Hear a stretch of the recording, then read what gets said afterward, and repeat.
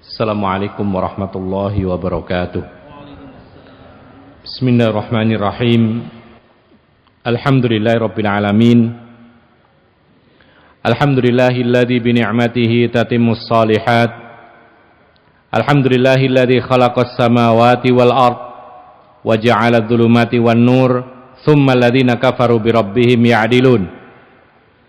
Wa nusalli wa nusallimu ala nabiyyinal karim, nabiyina Muhammadin wa ala alihi wa sahbihi wa man tabi'ahum bi ihsanin ila yaumiddin wa sallama tasliman katsira. Amma ba'd.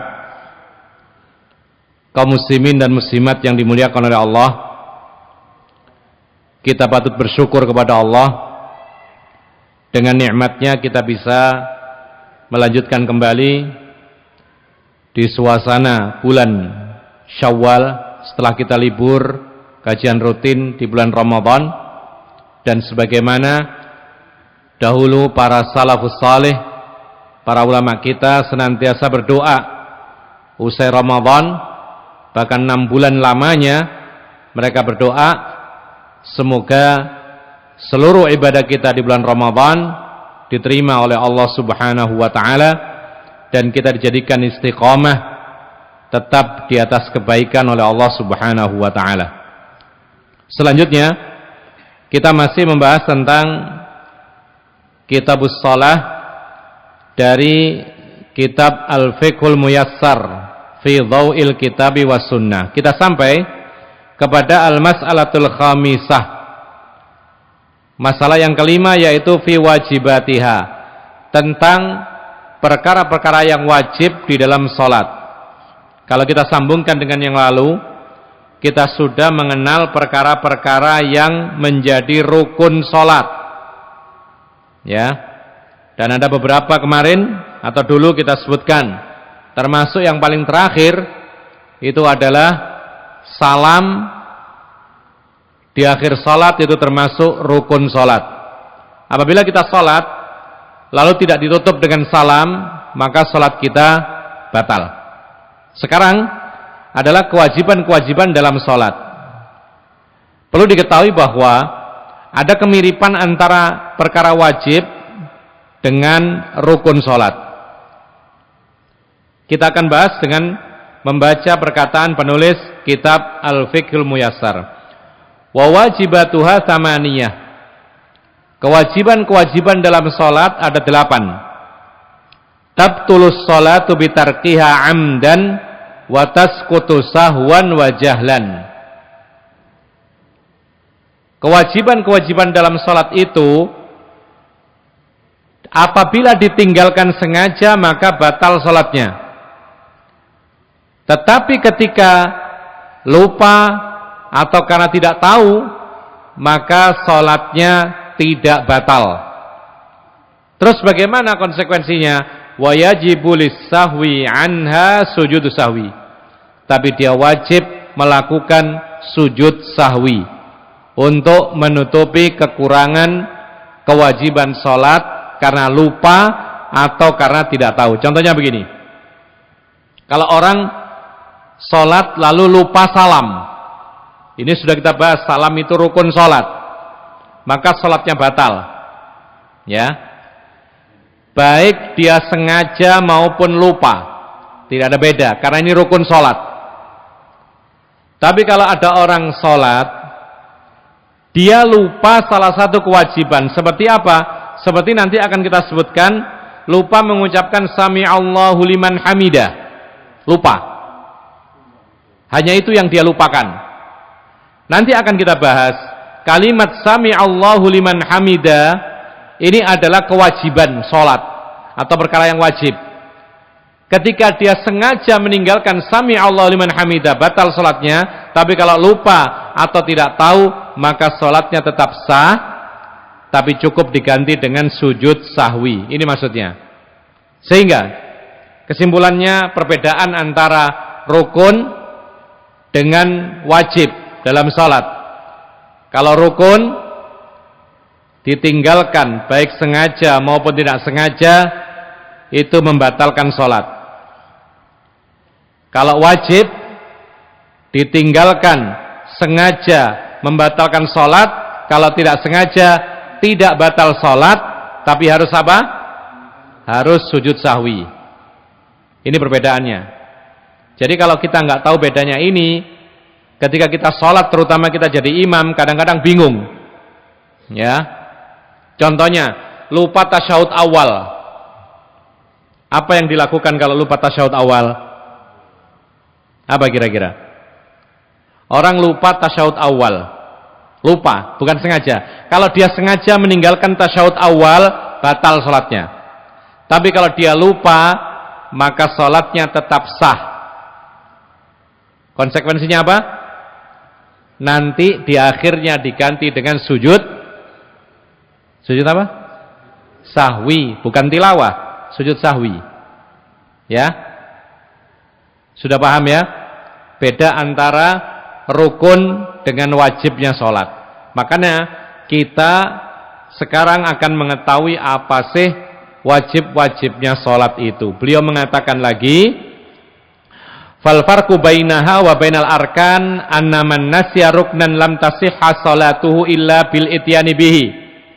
Maka perbedaan antara wajib dan rukun sholat, bahwa orang yang lupa rukun, sholatnya tidak sah kecuali dia harus melakukannya.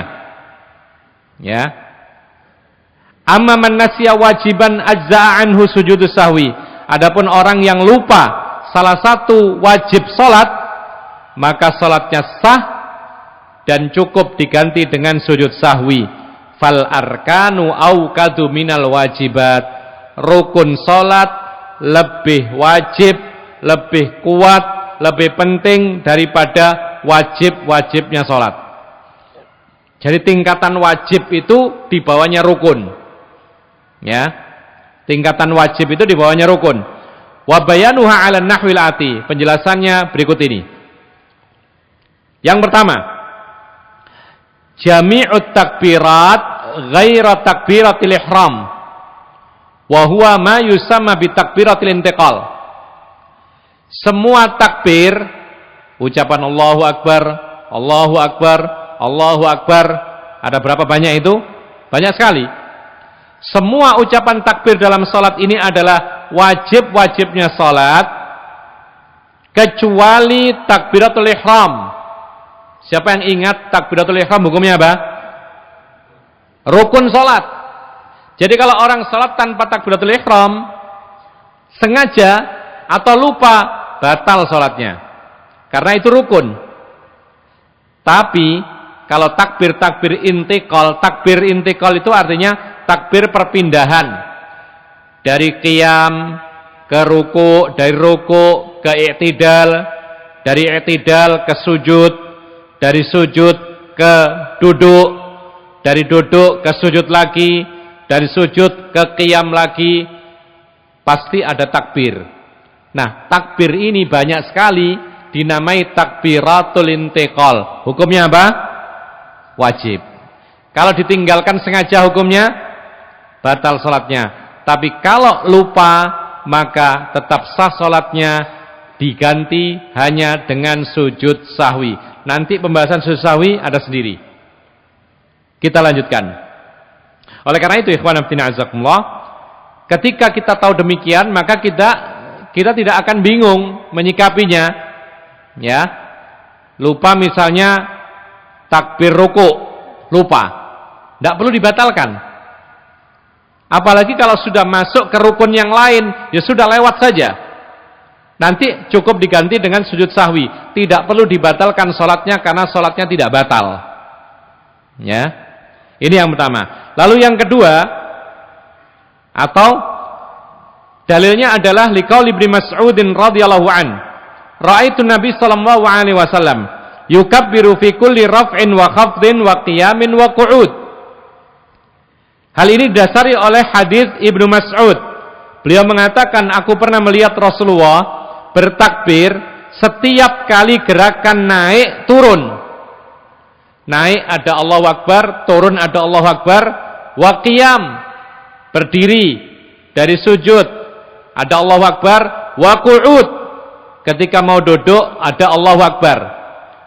Faqad wadhaban Nabi sallallahu alaihi wasallam alaihi ila an mata. Dan Rasul terus melakukan demikian ketika salat sampai meninggal dunia. Waqad qala sallallahu alaihi wasallam, "Shallu kama raaitumuni usolli." Dan Rasulullah pernah mengatakan kepada kita semua, salatlah kalian sebagaimana kamu sekalian melihat aku salat. Maka takbir-takbir ini hukumnya menjadi wajib karena itu perintah Nabi kita Muhammad sallallahu alaihi wasallam. Yang kedua, qaul sami'allahu liman hamidah lil imami wal munfarid. Ucapan sami'allahu liman hamidah ketika i'tidal. Ini wajib. Bagi siapa? Bagi imam dan orang yang salat sendirian. Terus bagaimana dengan makmum? Makmum wajibnya mengucapkan Rabbana lakal hamdu boleh, atau Rabbana walakal hamdu juga boleh, atau Allahumma Rabbana lakal hamdu, atau Allahumma Rabbana walakal hamdu. Jadi tinggal nambahi Allahumma atau tidak Allahumma, lakal hamdu atau pakai walakal hamdu. 4 macam ini semuanya sahih. Ya. Jadi kalau mengucap Rabbana lakal hamdu boleh. Tambahi wawu, Rabbana walakal hamdu boleh. Allahumma Rabbana lakal hamdu boleh. Ditambahi wawu juga, Allahumma Rabbana walakal hamdu. Semuanya adalah riwayat yang sahih. Boleh milih. Nah, itu untuk makmum. Tapi kalau untuk imam dan orang yang salat sendirian, itu mengucapkan Sami Allahu liman hamidah, didasari oleh hadis Abu Hurairah, karena Rasulullah sallallahu alaihi wasallam yukabbiru hina yaqumu ila shalah. Dahulu Nabi sallallahu alaihi wasallam bertakbir ketika berdiri salat. Tsumma yukabbiru hina yarka'u. Kemudian bertakbir ketika ruku'. Tsumma yaqulu sami Allahu liman hamidah hina yarfa'u sulbahu minar rakaah. Kemudian dia mengucapkan sami Allahu liman hamidah ketika mengangkat badannya dari ruku'. Ini syahid pokok bahasannya. Tsumma yaqul sami Allahu liman hamidah. Beliau mengucapkan sami Allahu liman hamidah tatkala dia mengangkat badannya dari ruku'. Tsumma yaqulu wa huwa qa'imun Rabbana walakal hamdu. Lalu ditambahi ketika sudah berdiri, Rabbana walakal hamdu.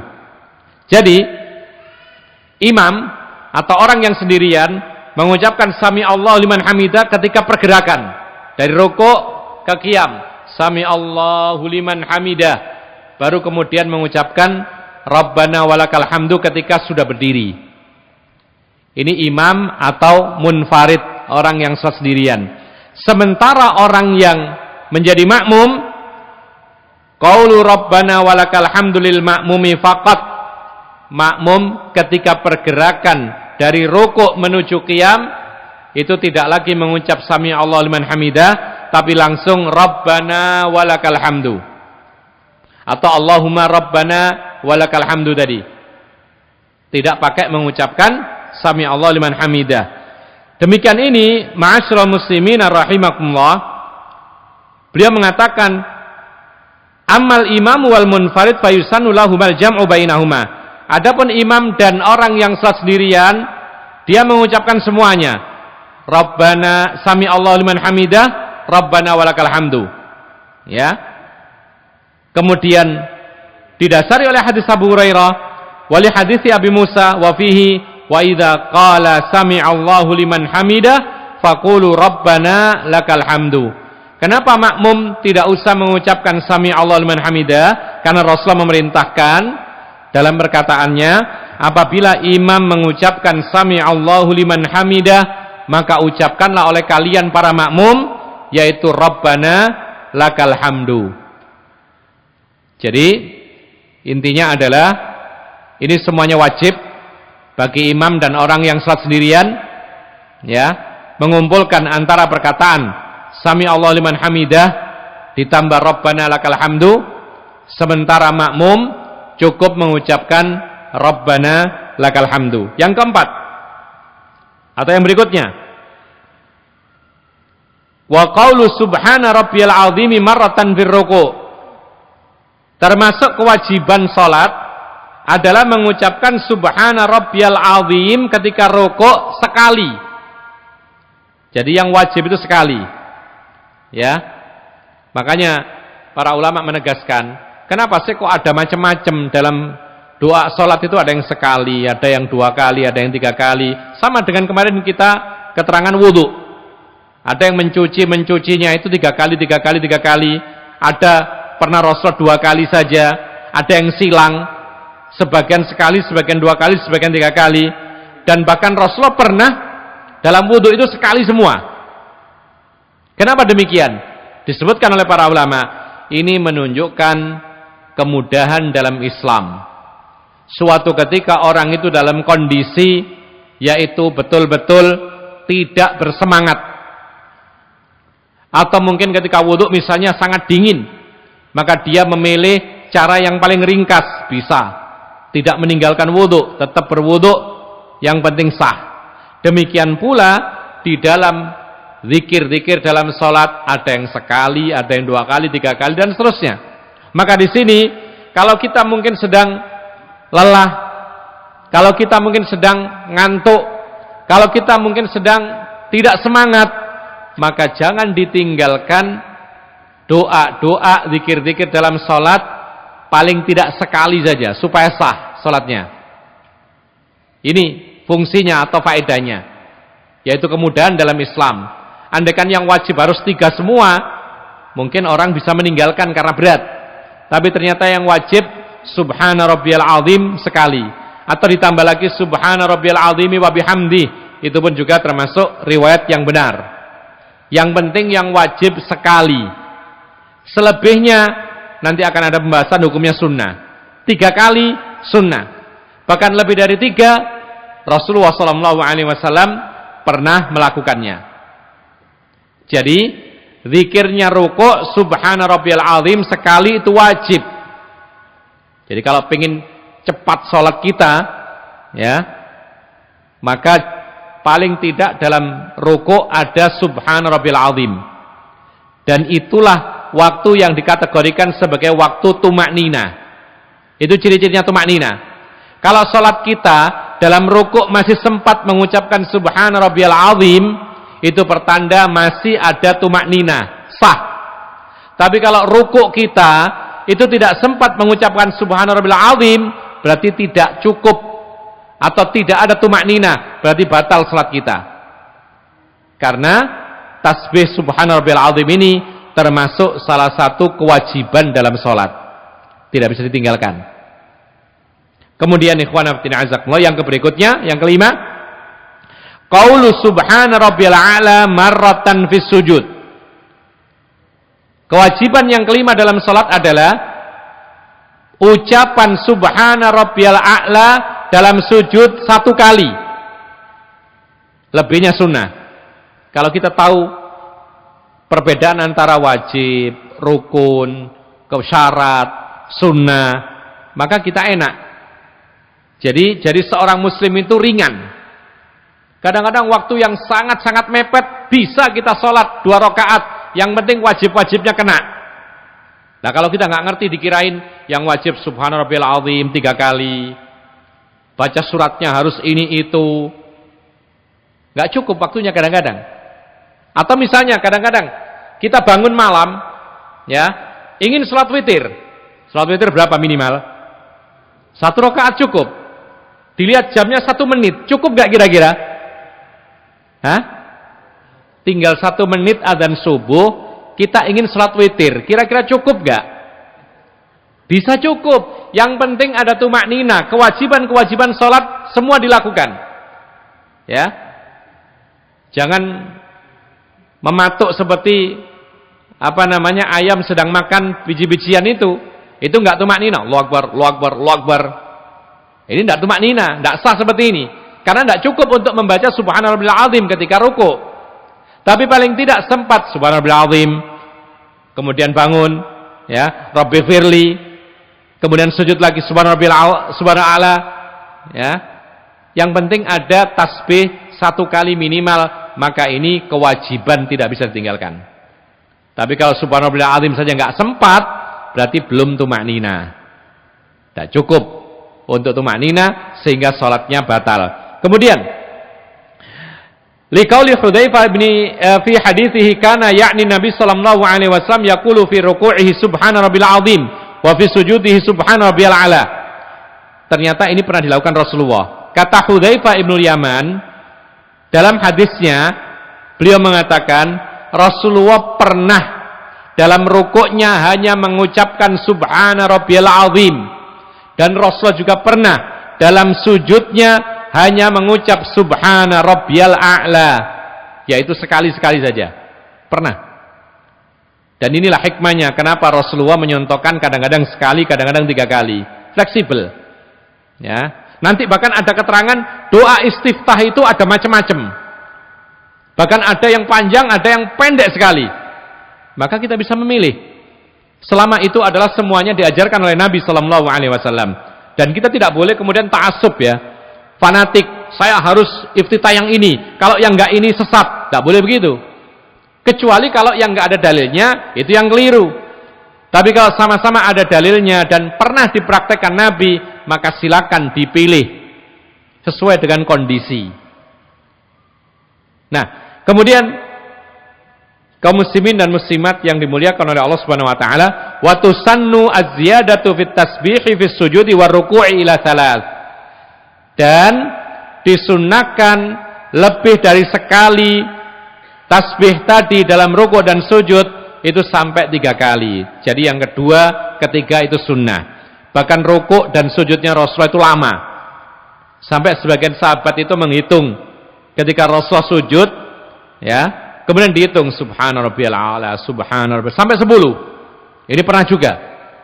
Jadi para ulama mengatakan yang penting sekali itu wajib, jangan ditinggalkan. Lebihnya silakan dipanjangkan semaunya. Terutama kalau sholat sendirian. Tapi kalau sholat berjamaah jadi imam, ya harus dikira-kira, jangan sampai memberatkan. Jangan sampai memberatkan. Jangan mentang-mentang jadi imam lalu ngerti tentang hadis-hadis Rasul kemudian semuanya dipanjang-panjangkan, akhirnya orang kelelahan. Jangan juga. Kecuali kalau sholat-sholat yang sifatnya itu memang panjang seperti tarawih, qiyam Ramadan, maka memang itu dipanjangkan bacaannya, rukuk sujudnya pun juga dipanjangkan, itu sunnahnya. Nah, kaum muslimin dan muslimat yang dimuliakan oleh Allah, yang keenam, qaulu rabbighfirli baina sajdataini li hadithi Hudzaifah anna Nabiyya sallallahu alaihi wasallam yaqulu baina sajdatain rabbighfirli rabbighfirli. Perkataan atau doa rabbighfirli ketika duduk di antara 2 sujud didasari oleh hadis Hudzaifah bahwa Nabi sallallahu alaihi wasallam pernah berdoa dalam duduk ketika antara 2 sujud, yaitu dengan rabbighfirli rabbighfirli. Rasulullah mengucap 2 kali. Para ulama menegaskan sekalinya itu wajib, lebihnya itu sunnah. Ya. Jadi enggak pakai rabbighfirli warhamni wahdini wa'afini wa'fu warzuqni. Ini pun juga benar. Itu yang sunnah. Tapi yang wajib, yang paling minim, doa ketika duduk antara 2 sujud itu rabbighfirli. Sekali itu sudah sah. Ya. Tidak harus panjang-panjang. Tapi kalau ingin sempurna, yang panjang. Yang ketujuh, at-tasyahudul awal ala ghairi man qama imamuhu sahwan fa innahu la yajibu alaihi liwujudi mutaba'atihi. Tasyahud awal, ya, atau bertasyahud dengan tasyahud awal bagi orang yang imamnya itu tidak berdiri karena lupa. Ini maksudnya apa? Maksudnya adalah kalau kita sebagai makmum, ya, kita ini diwajibkan untuk bertasyahud awal. Tasyahud awal itu perkataan at-tahiyyatulillah wassalawatu wattayyibat, atau at-tahiyyatul mubarakatus salawatulillah, salawatu wattayyibatulillah. 2 macam riwayat ini adalah sahih. Ya. Yang pertama riwayat Ibnu Mas'ud, yang kedua riwayat Ibnu Abbas. Jadi beda sedikit. At-tahiyyatu lillah wassalawatu wattayyibat. Assalamu alayka ayyuhan nabiy wa rahmatullahi wa barakatuh. assalamu alaina wa ala ibadillahis salihin, asyhadu an la ilaha illallah wa asyhadu anna Muhammadan abduhu wa rasuluh. Ini riwayat Ibnu Mas'ud. Sementara riwayat Ibnu Abbas beda sedikit tapi maknanya kurang lebih sama. At-tahiyyatul mubarakatus salawatut thayyibatu lillah, assalamu alayka, dan seterusnya sama. Ini dua-duanya sahih. Boleh kita memilih yang ini, boleh yang itu. Bahkan sebagian para ulama mengatakan bagusnya, sebagusnya kadang-kadang dibaca yang ini dan kadang-kadang yang itu. Supaya apa? Supaya lebih khusyuk. Karena kalau orang itu membaca yang tidak biasa dia baca, dia lebih perhatian. Tapi kalau dia biasa membaca itu saja, kadang-kadang kurang perhatian. Coba antum setiap kali sholat baca Al-Kafirun, ya, itu keluar sendiri dari lisan tanpa menghayati kadang-kadang, karena terlalu hafal. Tapi kalau kita punya hafalan yang jarang kita baca, misalnya kita punya surat Al-A'la, lalu sekali-kali kita baca, maka kita lebih perhatian, takut salah, ya. Tapi dianjurkan yang dibaca ketika sholat itu adalah surat-surat yang mudah bagi dirinya, yang sudah dihafal. Terutama ketika menjadi imam, maka yang dibaca adalah surat-surat yang sudah mudah bagi dia. Karena Allah mengatakan faqra'u ma tayassara minal Qur'an. Bacalah surat-surat yang mudah bagimu dari Al-Qur'an. Kemudian ikhwana fiddin azakumullah, beliau mengatakan fa innahu la yajibu alaihi liwujubi mutaba'atihi. Jadi kalau misalnya kita makmum, imam lupa tasyahud awal. Perhatikan ini tadi kaidahnya. Imam lupa tasyahud awal, berarti langsung berdiri. Ya. Tasyahud awal hukumnya wajib. Kalau orang lupa tasyahud awal, maka bagaimana status salatnya? Hah? Sah atau batal? Sah karena lupa. Yang dilupakan adalah kewajiban, bukan syarat, bukan rukun. Maka salatnya tetap sah. Kita sebagai makmum tidak usah bingung. Kalau imam lupa tasyahud awal, biasanya langsung berdiri. Ya. Lalu ada yang ingatkan subhanallah. Pertanyaan sekarang, yang benar imam ini terus saja sholat atau balik duduk? Ayo, bagaimana? Diulang lagi. Biasanya balik duduk. Pertanyaan, imam lupa tasyahud awal, maka dia langsung berdiri. Ya, sudah tegak ini. Pertanyaan sekarang sebelum yang kedua, berdiri itu apa hukumnya? Rukun atau wajib? Rukun. Berarti dia lupa wajib masuk ke rukun. Betul ya? Nah sekarang sudah berdiri tegak, ada makmum mengatakan subhanallah. Pertanyaannya sekarang, yang benar imam itu langsung duduk atau diteruskan saja berdiri? Hah? Kok duduk gimana? Jawabannya, imam tetap berdiri meneruskan sholatnya. Kenapa demikian? Karena yang terlupakan adalah wajib. Sementara dia sekarang sudah masuk ke rukun. Lebih penting rukun daripada wajib. Ya, semuanya penting, tapi sekarang masalahnya ada yang lebih penting. Ya, dia sudah naik dan dia sudah masuk ke rukun qiyam. Ya. Terus bagaimana status salatnya? Ya sah, cuman nanti ketika di akhir salat ditutup dengan bukan salam, dengan sujud sahwi 2 kali baru salam. Ya. Makanya ini harus kita ketahui, terutama ya semuanya lah, nggak harus imam saja ya. Semua kita harus tahu demikian ini. Antum kalau imamnya lupa tasyahud awal, nggak usah maksa. Biasanya maksa ini, subhanallah gitu. Kok nggak berduduk tambah dikencengkan, subhanallah.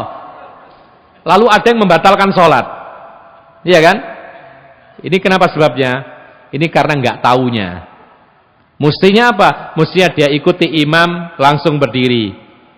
Kemudian nanti di akhirnya sujud sahwi, ikuti sujud sahwi. sempurna sholatnya. Dan itu pernah dilakukan Rasulullah persis. Rasulullah pernah lupa tasyahud awal langsung berdiri. Ada yang bertasbih, Rasulullah tetap melanjutkan. Kenapa tidak duduk? Karena dia sudah masuk ke rukun qiyam. Lalu kemudian setelah itu para sahabat Nabi tetap mengikuti karena taat. Ya, begitulah. Imam itu diikuti bukan ditinggalkan. Lalu kemudian di akhir menjelang salam ternyata Rasul sujud sahwi 2 kali. Kemudian baru salam. Nah, inilah ikhwan fillah azakumullah yang harus kita ketahui bersama. Kalau imam lupa tasyahud awal dan terlanjur berdiri, kecuali kalau belum berdiri ya, baru mau naik diingatkan subhanallah, duduk, tidak apa-apa. Karena dia belum masuk ke rukun. Tapi kalau dia sudah tegak, apalagi sudah baca surat, maka dia tidak boleh kembali duduk. Karena kalau dia kembali duduk berarti dia meninggalkan rukun qiyam untuk sesuatu yang lebih rendah dari rukun, yaitu apa? Tasyahud awal. Baik. Kemudian yang ke-8 al-julusu lahu. Yang ke-8 ini adalah duduk untuk tasyahud awalnya. Ini konsekuensi ya. Tapi disebutkan ini nomor ke-8, duduk untuk tasyahud awal itu pun juga wajib. Konsekuensinya kalau lupa, tidak sengaja, maka tetap sah sholatnya, tapi ditutup dengan sujud sahwi 2 kali. Li hadits Ibnu Mas'udin marfu'an idza qa'adtum fi kulli rak'ataini faqulu at-tahiyatu lillah. Didasari oleh hadis Ibnu Mas'ud terangkat kepada Nabi sallallahu alaihi wasallam, idza qa'adtum, kalau kalian duduk dalam setiap 2 rakaat, maka ucapkanlah at-tahiyatu lillah, tasyahud awal. Wali hadits Rifa'ah bin Rafi', dan juga didasari oleh hadis Rifa'ah bin Rafi', fa idza jalasta fi wastis salati fatma'in waftaris fakhidakal yusra thumma tasyahhad. Apabila engkau duduk di tengah salat, maka tumakninalah dan duduklah iftirash, ya, di atas, yaitu fakhidakal yusra, duduklah di atas paha kirimu, kemudian bertasyahudlah. Ini semuanya menunjukkan kepada kita bahwa termasuk yang wajib dalam salat doa tasyahud awal dan duduk iftirash. Iftirash itu duduk apa? Duduk tegak. Ini wajib.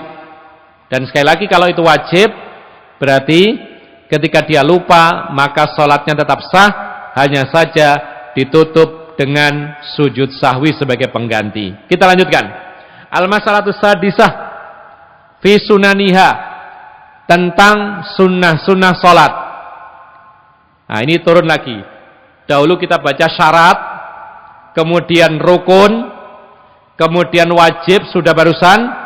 Turun lagi sekarang sunnah-sunnahnya, ya. Dan apa bedanya sunnah dengan wajib? Jelas. Kalau sunnah itu ditinggalkan sengaja tetap sah. Cuman dia meninggalkan keutamaan, kesempurnaan. Jadi orang meninggalkan perkara sunnah dalam sholat, ya, maka sholatnya tetap sah. Orang yang meninggalkan sunnah dalam sholat, kalau tidak sengaja, maka sholatnya juga tetap sah juga. Ini bedanya antara sunnah dengan wajib. Makanya tidak perlu bingung ya. Kita sholat, tiba-tiba lupa doa istiftah. Harus ngapain? Harus sujud sahwi? Hah? Mana jawabannya ini? Tidak.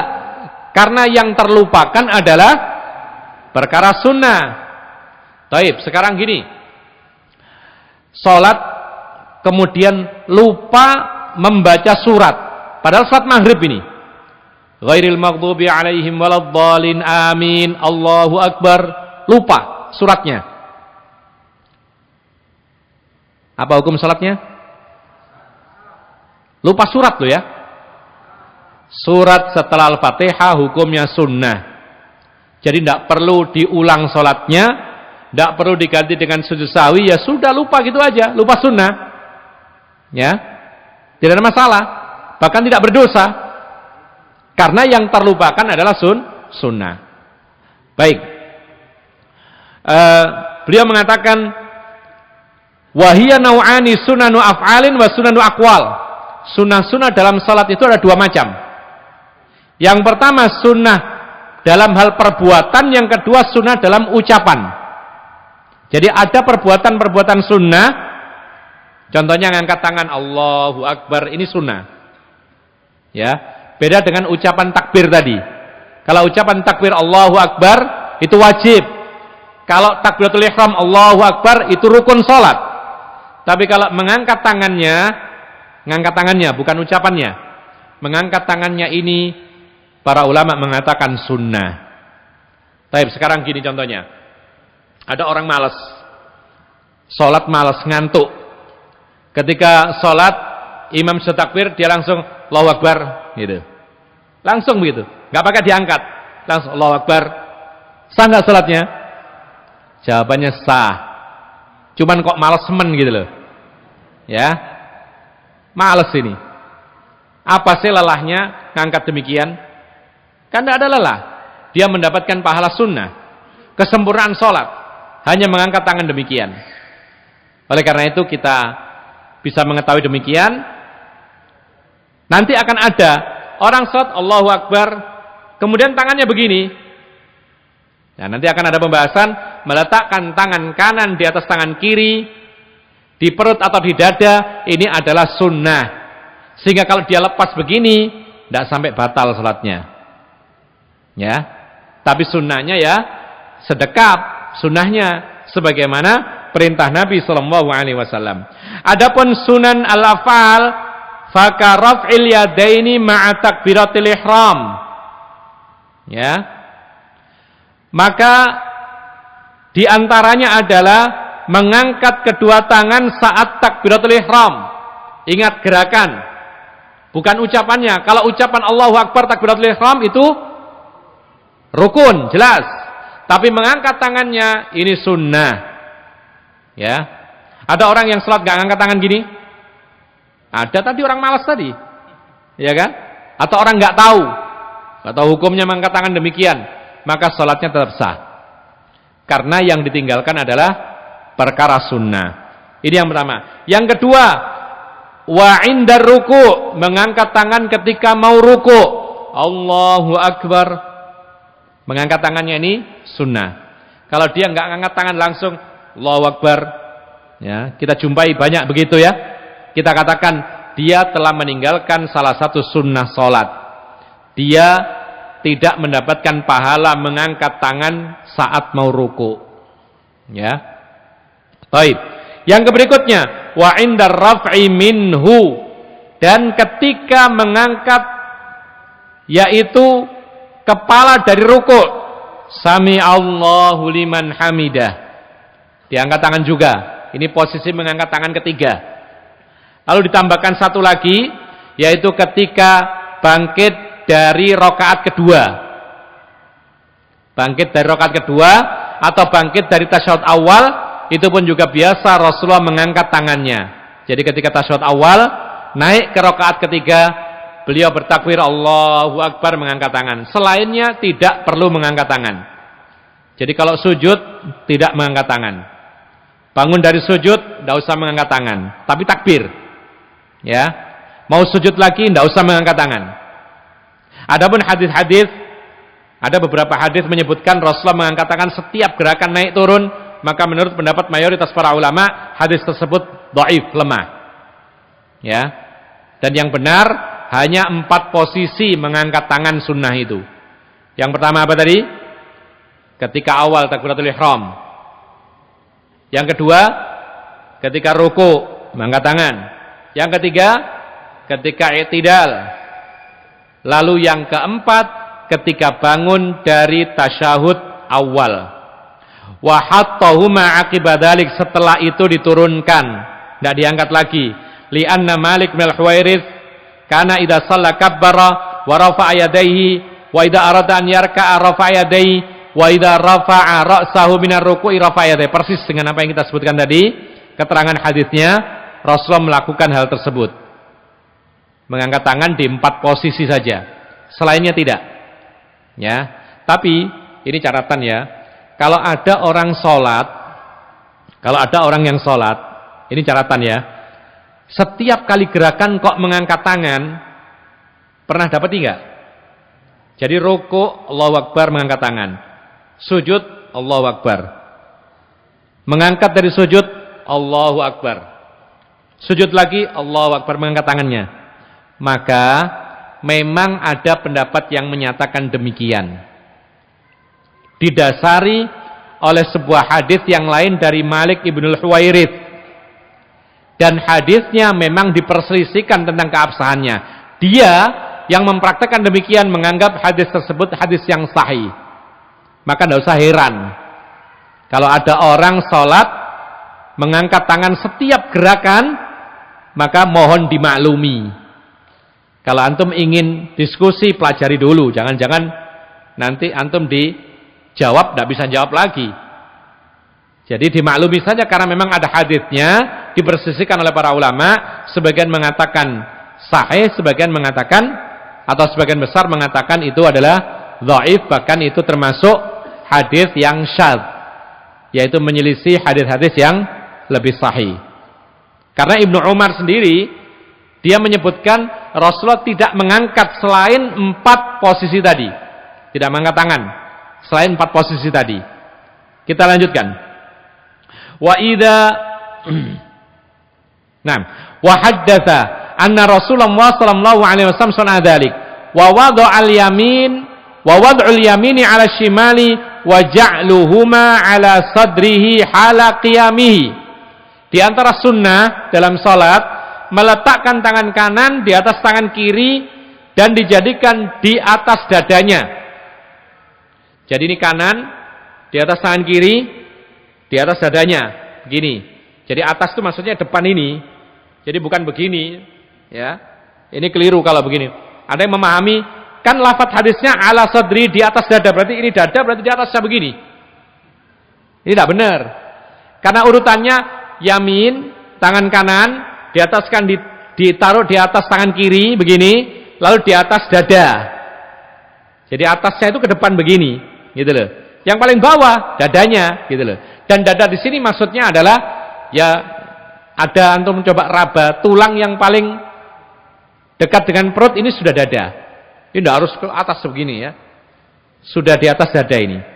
Maksudnya di atas dada adalah di dada. Dan sebagian yang lain ya berpendapat yaitu di bawah pusar. Tapi hadisnya yang di bawah pusar itu dipersisikan oleh para ulama, dan pendapat yang kuat hadis tersebut adalah hadis yang lemah, yang meletakkan tangan di bawah pusar. Yang lebih sahih adalah yang di dada, seperti yang dikatakan di sini. Nah, sekarang andaikan ada orang sholat kok tidak meletakkan tangan sedekap begini, meletakkan demikian, maka sholatnya masih sah. Allahu Akbar, gitu. Ya, masih sah. Meskipun ada satu madhab Hanafi berpendapat kalau sholat tangannya tidak sedekap, dilepas begini, dengan alasan karena pernah melihat Rasulullah sholat dilepas tangannya. Maka mereka atau madhab ini mengatakan ketika sholat berdiri ya tidak usah sedekap, ya lepas begini saja. Ya, ini Hanafi, madhab Hanafi. Tapi kita katakan ini madhab, dan sebaik-baik petunjuk adalah petunjuk Rasulullah SAW. Ada hadis yang lebih sahih, Rasulullah SAW meletakkan tangan kanan di atas tangan kiri, diletakkan di dadanya ketika dia berdiri sholat. Itu yang lebih tepat. Kemudian wa nadharuhu fi maudhi'i sujudihi, ketika sholat sunnahnya pandangan melihat tempat sujud. Ya, karena demikianlah Rasulullah itu ketika sholat, pernah Rasulullah masuk Ka'bah, ya, lalu Rasulullah sempat sholat 2 rakaat, kemudian ditanyakan oleh para sahabat Nabi kepada orang yang masuk bersama Rasulullah, maka Rasulullah sholat di dalam Ka'bah dan dia ta'a ra'sahu, menundukkan pandangannya. Jadi ketika sholat itu arah pandangan ke tempat sujud. Jadi tidak boleh ke depan, ya, tidak boleh ke kanan kiri. Bahkan ada larangan khusus melihat ke atas. Itu ada ancamannya bahkan. Ya, sholat menghadap ke atas gini. Ngapain? Ya, lihat cecak gitu. Tidak boleh, ada larangannya. Bahkan diancam oleh Allah Subhanahu wa taala, kalau nggak berhenti melihat ke atas, maka bisa jadi Allah tidak mengembalikan pandangannya, akhirnya tidak bisa nunduk. Ini ancaman. Menunjukkan bahwa itu tidak boleh. Ya. Jadi orang sholat itu ketika berdiri yang benar pandangannya tertuju ke tempat sujud. Bahkan para ulama mengatakan meskipun sedang berada di depan Ka'bah, yang dilihat bukan Ka'bah, tapi tetap tempat sujud. Karena Rasulullah sholat ya di dekat Ka'bah melihat tempat sujud, di Madinah juga melihat tempat sujud. Jadi tidak ke depan, tidak ke atas, tapi melihat tempat sujud. Ini sunnahnya. Nah, sekarang bagaimana kalau orang sholat kok lihat ke depan begitu? Jawabannya masih sah. Karena apa? Karena melihat tempat sujud ini adalah sunnah. Ya, yang penting tidak ke atas karena itu adalah larangannya. Tapi yang lebih tepat adalah yang lebih sesuai dengan sunnah Rasul melihat ke tempat sujudnya. Nanti akan ada perkara yang makruh ya, makruhat, perkara-perkara yang makruh dalam sholat. Contohnya misalnya sholat sambil merem, nah ini makruh. Karena petunjuk Rasulullah membuka mata melihat tempat sujud, bukan malah merem. Ya, jadi petunjuk Nabi adalah melihat tempat sujud. Wa tafriqatihi baina qadamaihi qa'iman. Ketika berdiri salat, maka kaki dibuka selebar kira-kira pas pundaknya. Ini sunnahnya ketika salat. Dan orang berdiri kokoh itu ya seperti itu. Berdiri sempurna itu badannya lurus, tegak lurus, kemudian lebar kaki dengan pundak sama rata. Disitulah nanti bisa terjadi rapatnya shaf. Ya, rapatnya shaf itu ketika seorang berdiri disesuaikan lebarnya pundaknya dengan lebarnya kaki. Ya, makanya kalau kita ingin merapatkan shaf, yang dilihat itu pundak dulu. Kalau pundak sudah pas, kaki baru ngikut. Jangan kaki dulu mengkangkang begitu.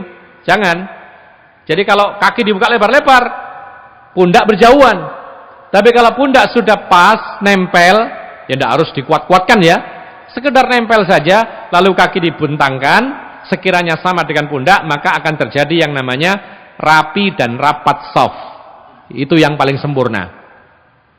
Nah, kemudian ikhwan fillah azakumullah, beliau juga mengatakan wa qabdu rukbatayhi biyadayhi mufrijatai mufarrajatail asabi' fi ruku'ihi.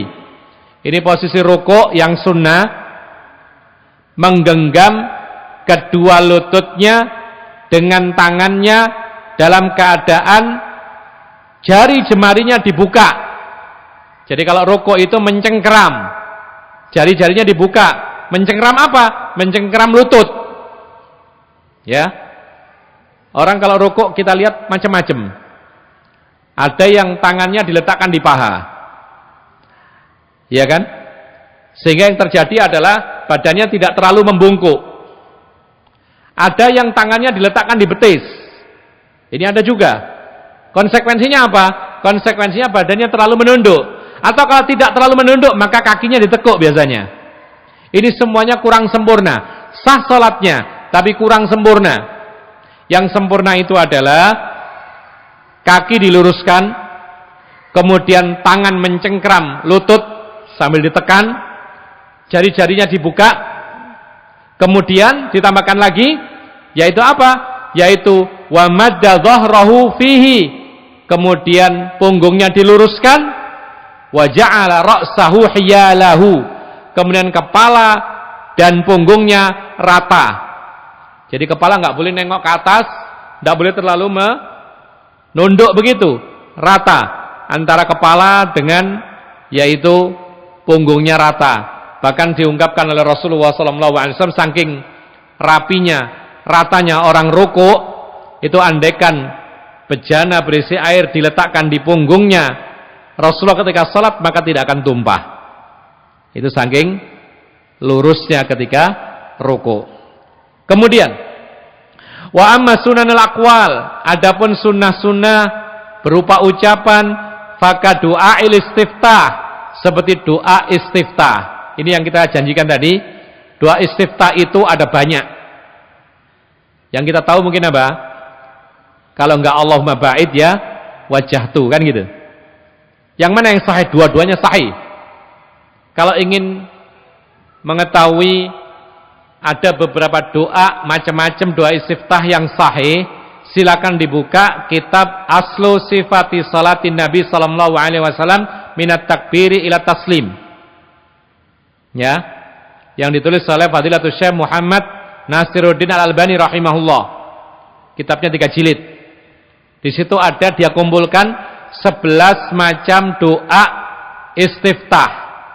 Semuanya pernah diucapkan oleh Rasulullah ketika sholat. Dan yang paling sahih riwayatnya adalah Allahumma ba'id baini wa baina khotoyaya. Riwayatnya muttafaqun alaih Bukhari Muslim.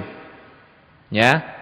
Kemudian ada juga riwayat Muslim wajjahtu wajhiya. Itu juga sahih. Ada lagi yang pendek, subhanakallahumma bihamdika wa tabarakasmuka wa ta'ala jadduka wa la ilaha ghairuka. Ini pun juga sahih. Ya. Dan ini semua sunnah. Silakan dipilih mana yang dihafal, dipakai. Dan kalau bisa jangan satu saja yang dihafal.